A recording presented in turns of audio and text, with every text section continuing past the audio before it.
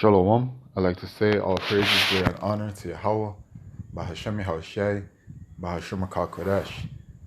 Double honors unto the apostles and elders of GMS, who are the true leaders of Israel today, and salutations to my Akim, who do this work in truth and sincerity, who are risking their lives and their freedoms to do so, as well as the scattered Israelites who communicate like the heathen but are not, by way of their forefathers' seeds who are Israelite men.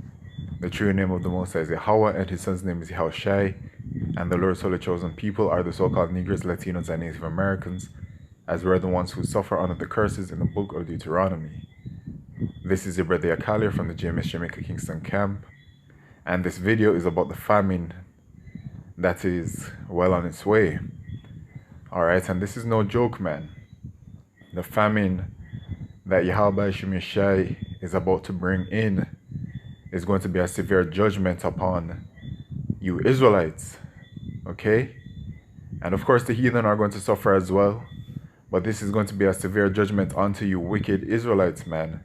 You vile brute beasts, okay? So here we have from fortune.com, I'm afraid we're going to have a food crisis. The energy crunch has made fertilizer too expensive to produce, says Yarrow CEO. Unlike other shortages, a food crisis is a matter of life or death. Well, I mean, that's all. Well, duh. You know what I'm saying? Of course, it's a matter of life or death. If you don't have any sustenance, any food or water, you're gonna die. That's just how it works, man. The world is facing the prospect of a dramatic shortfall in food production as rising energy prices cascade through global agriculture.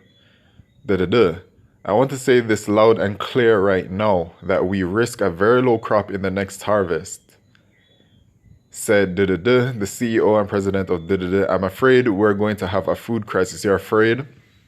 The food crisis is already low-key here, man. Okay, it's here. She's going to talk about fertilizer prices roughly tripling and whatever else, man. Oh, this is nice. Food prices have also risen, meaning some farmers can afford more expensive fertilizer. But then what happens to the buyers whose pay is remaining the same? The buyers who are jobless, which is that's on the rise. What's happening to them, man? Their purchasing power is decreasing. And that's for everything, not just food. But argues many smallholder farmers can't afford the higher costs, which will reduce what they can produce and diminish crop sizes. That in turn will hurt food security in vulnerable regions at a time when access to food is already under threat from the and climate change, including widespread drought. Okay, climate change. Well, we know about that narrative, but of course, here it is. The invisible enemy is the one of the things that they're blaming, and I mean, I've said it several times, man. You know that they're going to blame the invisible enemy as to why all of these things are happening, and that's why it was put out there by the wicked elite of Esau Edom. Okay, and the Edomites are the so-called white people. All right, it's the perfect catalyst, man, to set all of these things off. Okay, and it's like the boogeyman, right? Anyway, that's the main point there. I want to play that video, but first, I want to bring out this precept, 2 Ezra chapter 15 and verse 5. Behold, saith the Lord, I will bring plagues upon the world of sword, famine, death, and destruction. Alright, so judgment, severe judgment, especially that famine. For wickedness hath exceedingly polluted the whole earth, and their hurtful works are fulfilled. Alright, so the world is wicked, man, because the people that are ruling are the wicked, the Edomites, or the so-called white people, and they just push wickedness, man.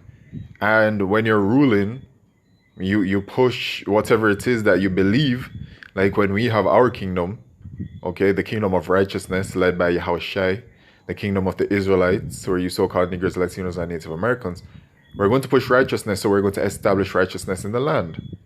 But you have the wicked that, just doing what they do. Okay? And so the time of judgment is coming. I want to play this video. Hold up. You can thank rising inflation for another thing getting more expensive, your grocery bill. Food prices in the US are up 4.6% since September 2020. But depending on what your taste buds crave, you could be paid even more than that. Year over year price increases. Wow. According to the USDA, all food categories have seen a price increase in 2021. And the fertilizer shortage might drive prices even higher. European fertilizer plants are cutting back on production. And China is slowing exports to focus on its own agricultural industry. Global food prices are up a staggering 30% in 2021. Wow. But food is not the only industry where rising inflation is taking a toll. Gasoline is up 42% over the past year. I'm feeling that for sure. Furniture has increased 15%. And children's shoes are 12% more expensive compared to last year. So raw materials, essentially. All right, and those are just a few things, but everything is raising in price, man. All right, but the food especially, that's really what's going to sort out a lot of you Israelites, man. Okay? Going to sort a lot of you out. And rightfully so, man. I pray for the famine to come. I pray for the famine to come and to wipe out you wicked, lying, brute beast Israelites, man. You black people. Okay? Staff of bread. Because you people shouldn't even be called Israelites, man. Okay? You're not Israelites. You're black people. If you have wisdom, knowledge, and understanding, you'll understand exactly what I mean when I say that. Okay? Anyway. Let's see. Ezekiel. Yes, 4:16. Moreover, he said unto me, Son of man, behold, I break the staff of bread in Jerusalem, and they shall eat bread by weight and with care, and they shall drink water by measure and with astonishment. Okay? So you're going to have to be measuring out your food, man. Okay? You're going to have to be taking time. You won't be able to just consume and consume and consume as you people do right now. Okay? You're going to have to put the crackers to the side and say, okay, we're going to eat 4 crackers for today, 4 tomorrow, and 4 the day after that, because the food is going to be that scarce. Okay? And now, let's go to the next source of information, YouTube. Oh, and you know when I said earlier, you black people, I'm talking about all you Negroes, Latinos, and Native Americans, man. All y'all, all the tribes. You wicked Israelites, man. How about Shimmy going judge all y'all? Okay? From Dabu. Get ready for food rationing. Do you have a plan for what is coming? So the food rationing, man. So that's what's coming, man. And so the precept just segues straight into the video. This is Dabu 7. We've been through a lot since the beginning of 2020, and now things are ratcheting up even more. Deadlines have been put in place for not only our military, but now for any business with 100 employees or more. They must make the people bow down, or they're going to get fined by the government. And this in turn is causing people to quit their jobs en masse. We are witnessing a truly historic event happening right in front of our eyes. And when you tie this in with the supply chain issues, it's compounding the issues, it's making them worse. And obviously, if there's not people working in all these different places, things are not going to get done. What we're about to see is the government extending its program to individuals where people are living off the government, where they are sending them food tickets, food stamps, as they already have. As all these people that don't have a job anymore need something. But here's the thing. All those people that are expecting the food stamps and all this, you're going to have to get the jab to hold those down at some point. Okay, Dabu. All right, I know that's right. You better keep it real with these people, and it's gonna go further than that, right? It's gonna go to that mark of the beast prophecy. And do you see how the spirit works? The spirit just naturally brings out that prophecy every single time or almost every single time because it's that important. The spirit does that. It ain't planned, okay? It's all gonna lead eventually to the mark of the beast prophecy, which is that mark chip. And you will need it in order to buy and sell, as the prophecy says in Revelation chapter 13 and verse 17, which means that you're going to need it to get food.